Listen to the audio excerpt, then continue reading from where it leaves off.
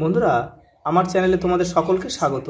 আজ আমরা ক্লাস 5-এর আয়নমাটির প্রশ্নবিচিত্রা থেকে পরিবেশের দ্বিতীয় পর্যায়ক্রমিক মূল্যায়নের দ্বিতীয় স্কুল সলভ করব। প্রথম প্রশ্ন, পরিবেশ দিবস পালন করা হয় 5ই জুন। বঙ্গোসাগরের উপকূলের একটি স্থান হল দীঘা। বঙ্গভঙ্গ হয়েছিল যে বছর 1905। সুন্দরবনের একটি নদী হল বিদ্যাধরী। মুর্শিদাবাদের মিঠিপুর থেকে নদিয়ার নবদ্বীপ পর্যন্ত গঙ্গার নাম হচ্ছে ভাগীরথী। একটি প্রাকৃতিক কীটনাশক হল নিমপাতা। বাঁশের খেলা তৈরি করেছিল তিতুমির। সুন্দরবনের বিখ্যাত প্রাণীটি হল রয়্যাল বেঙ্গল টাইগার। বন্দে মাতরম গানটি রচয়িতা হলেন বঙ্কিমচন্দ্র চট্টোপাধ্যায়। একটি লুপ্তপ্রায় মাছ হল সরপুঁটি। পরের প্রশ্ন, স্বাধীন ভারতের প্রথম প্রধানমন্ত্রী কে? জওহরলাল নেহরু।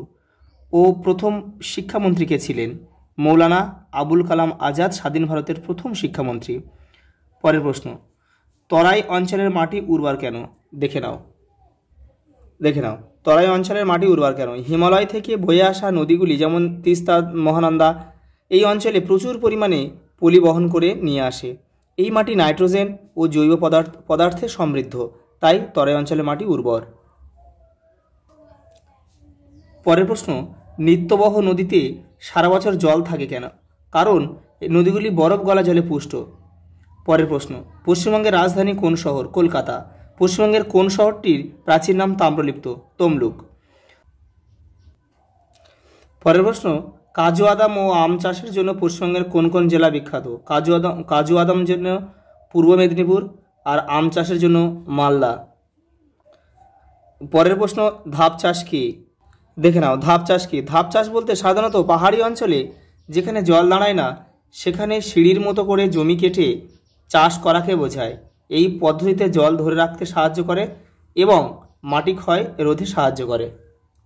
বেশি রাসায়নিক কীটনাশক ব্যবহারের একটি অসুবিধা লেখো।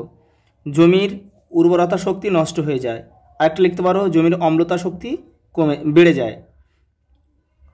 পরের প্রশ্ন, ডিভিসির পুরো নাম কি? Damodar valley corporation. পরের প্রশ্ন, প্রদত্ত জেলাগুলির সদর শহর নাম লেখো। দার্জিলিংয়ের সদর শহর দার্জিলিং। আচ্ছা, কালিম্পং। আর হাওড়া। আচ্ছা, কোন জেলার কোন শহরে শান্তিনিকেতন আশ্রম বিদ্যালয় আছে?